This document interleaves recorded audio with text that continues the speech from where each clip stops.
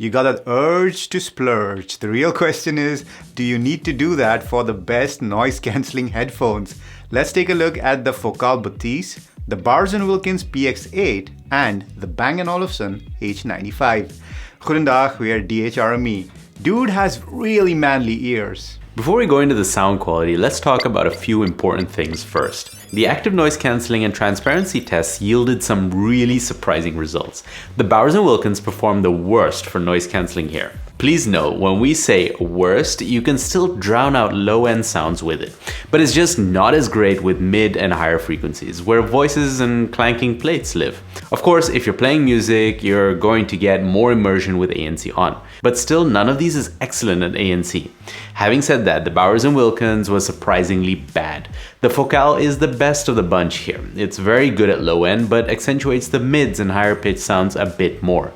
The Bang & Olufsen is in the middle of the pack and its noise cancelling is average. Just for context, the noise cancelling on all three is worse than the older Sony WH-1000XM4. The AirPods Pro 2 earbuds do way better than any of these, so do not buy these for eliminating noise. But when it comes to letting in sounds or transparency mode, that narrative changes. Again, the Focal Bathys exceeds the others. There's a lot more volume of your environment in transparency mode. There are more lower end frequencies let in, but not the lowest of the low end. We found it very usable for speech. The Bang & Olufsen and the Bowers and Wilkins both find themselves having two names and having two good transparency modes. However, both are a notch below the Focal. Again, very usable for short conversations. So what else distinguishes these headphones apart from the obvious sound differences we'll talk about in a bit? Well, the Focal has a DAC mode that you can use to play audio using a USB-C cable with active noise cancelling on. But hold up, even though the Bowers and Wilkins and the Bang & Olufsen don't have a separate mode, you can still use them via USB to play audio. And then there's multi-point. We're happy to say that all these premium headphones have not skimped on multi-point, the ability to connect two devices at once. But there's having the feature and there's doing it well. In our view, the Bowers and Wilkins does the best here. Not only was it most reliable across devices, but it also has a device list in the app and you can clearly see which device is connected. And not just that, you can initiate pairing to a new device from within the app. After that, the Focal was the best. Was the best with no device list, but multi-point worked reasonably well. The app connection was a bit wonky when used with two phones, however. And in last place was the Bang & Olufsen. It works, but it was quite stuttery and sometimes downright unpleasant and inconvenient. If you let it settle down for a while, it does better, but who wants to listen to half a stuttery song every time? Interestingly, only the Bowers and Wilkins has a sensor to play and pause your music when you take your headphones off and on. Much cheaper headphones have done this in the past, so it's weird that these high rollers don't even offer that. Even more interestingly, on the Bowers and Wilkins, it's disabled by default. You can change how sensitive the sensor should be, but even on the lowest sensitivity, we found the sensor automatically pausing our music even while sitting completely still. So that's probably why it was disabled out of the box? All apps are pretty bare bones and the Bowers and Wilkins has the most full-featured app here. The Focal app gives you EQ, ANC modes, light control, and that's pretty much it. We did have issues when using it on two devices though.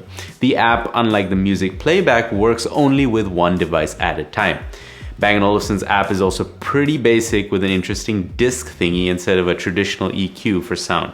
And you know what? We dig it. We don't think any of these are mind-blowing for phone calls. Here are the samples we recorded in noisy and windy conditions. Alright, this is the Focal Bathys in the noisy condition.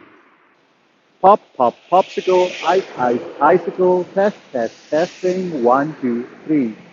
Pop, pop, popsicle, ice, ice, icicle. Alright, this is the Bowers and Wilkins PX8 with cars passing by. Pop, pop, popsicle, ice, ice, icicle, test, test, testing, 1, 2, 3. Pop, pop, popsicle, ice, ice, icicle, test, test, testing, 1, 2, 3. And now we have the Bang & Olufsen Play H95 in noisy conditions with cars passing by. Pop, pop, popsicle, ice, ice, icicle, test, test, testing, 1, 2, 3. Pop, pop, popsicle, ice, ice, icicle, test, test, testing, 1, 2, 3. Focal Bathys, windy conditions. Pop, pop, popsicle, ice, ice, icicle, test, test, testing, 1, 2, 3.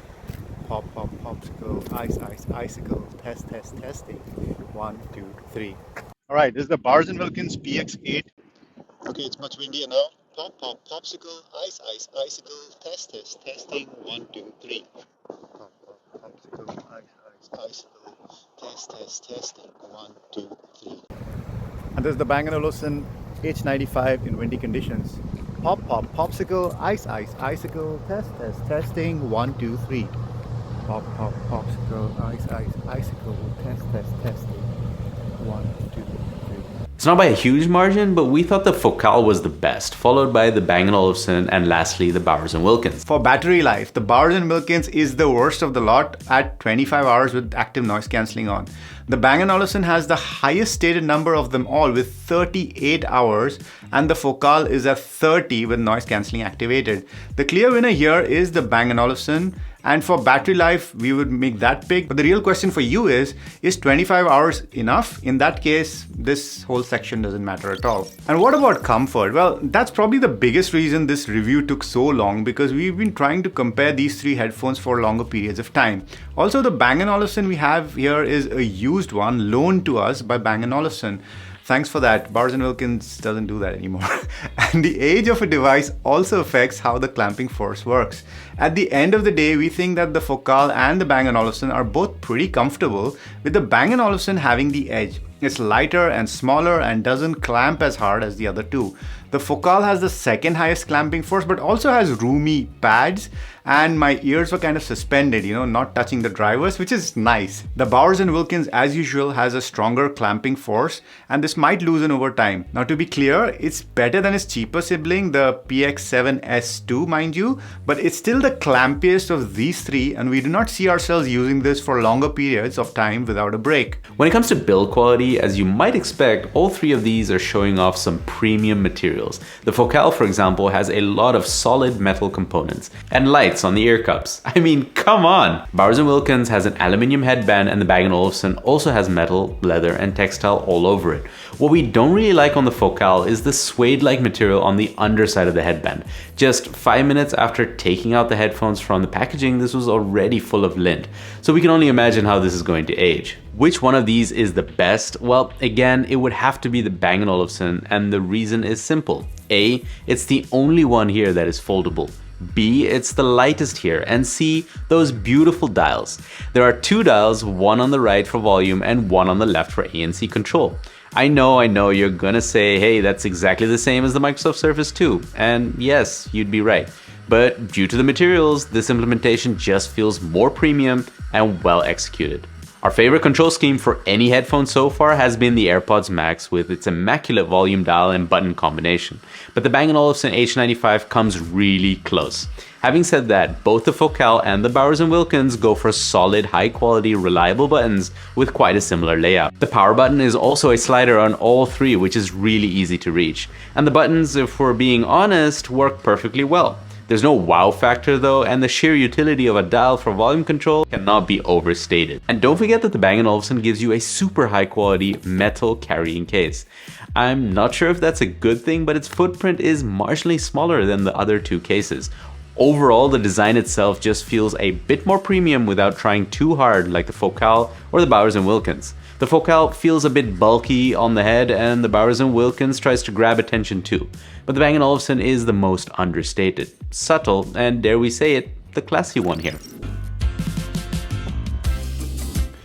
On sound, we'll give you a short version and a longer version. The short version is this. The Bang & Olufsen H95 is, what's the word? Banging. Now, to the long version. The Bang & Olufsen H95 is not in the I put them on and I was blown away category. There's no major bass bump or crazy tricks that wow you when you first put them on. But take some time, bring out some challenging music or just regular old music, and you'll see how clearly and crisply music is represented. After hours, you'll still be listening. Bang & Olufsen's products to our ears often have the property of not overdoing anything. It's like a perfectly executed fine dining dish for which you have to appreciate the nuance and subtle elements. Of all the wireless products we've tested, Bang & Olufsen consistently continues to impress us for sound. There's a nice sub-bass bump and then a roll-off at just the right place that avoids any kind of boominess. Mids and highs are clear and timbre is mostly fairly accurately represented, except for a slight spike in the high treble. That's more a pleasant sparkle than a harsh ear-grating sibilant.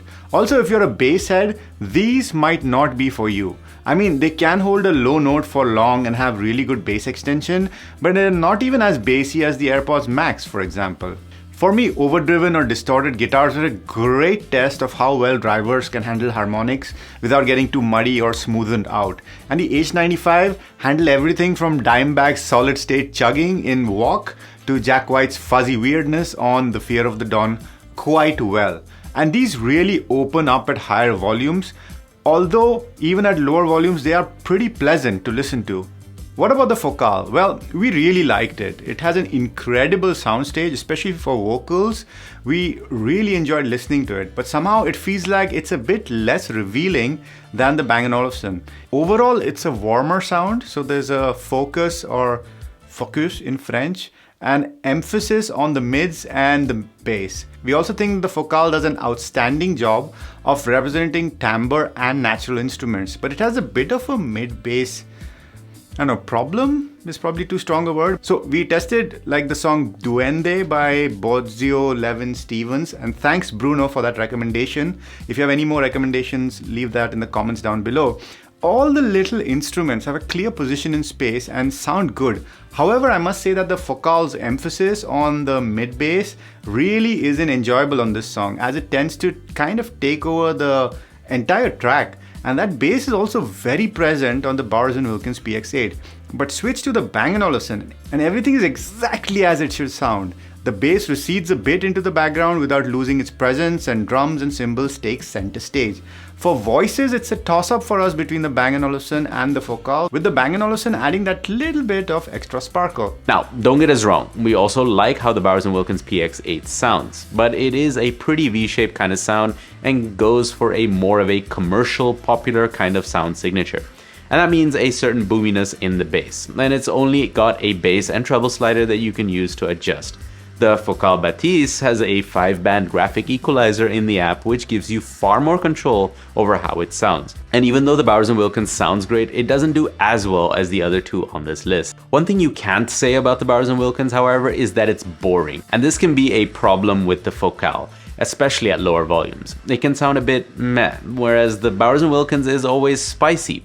But on volume, my god, the Focal is loud. It can go into hearing damage territory without any kind of distortion. You know what? The Bowers and Wilkins can hit higher max volumes.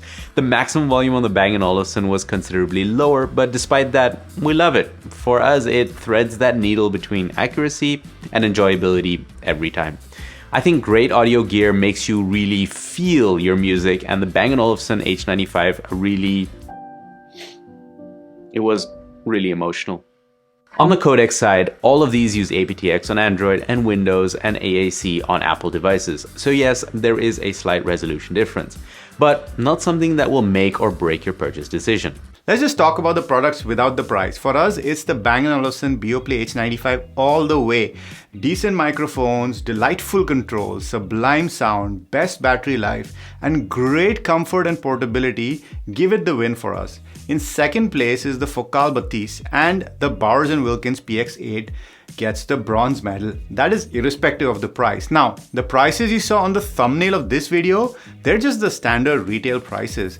Latest prices are the links in the description below, and using those links helps out our channel with no additional cost to you. The Bang & Olufsen is older, and given the prices of these, right now the Bang & Olufsen H95 is the cheapest of the lot at about $630. At least we saw one on Amazon. And we think that makes it a no-brainer. The Focal Bathys costs $799, but we'd still pick it over the Bowers and Wilkins PX8 because it sounds better, It's more tweakable, it wears better, it lasts longer, and it does ANC and calls better than the Bowers and Wilkins. Now the PX8 might be in third place here, but it's not really bad. It's just that at the price of $699, they have to bring more to the table and a spicy sound signature and spanking good looks. The subpar ANC and mic performance are also impossible to ignore. The lower battery life doesn't help either. But guys, we're comparing these three headphones in a vacuum here. We think you'd really be much better off saving some money and going for the AirPods Max, the Sennheiser Momentum 4, or the Sony WH-1000XM5. Our full roundup for all ANC headphones is here. You've been curbing the urge to splurge, and we've been DHRME. Namaste.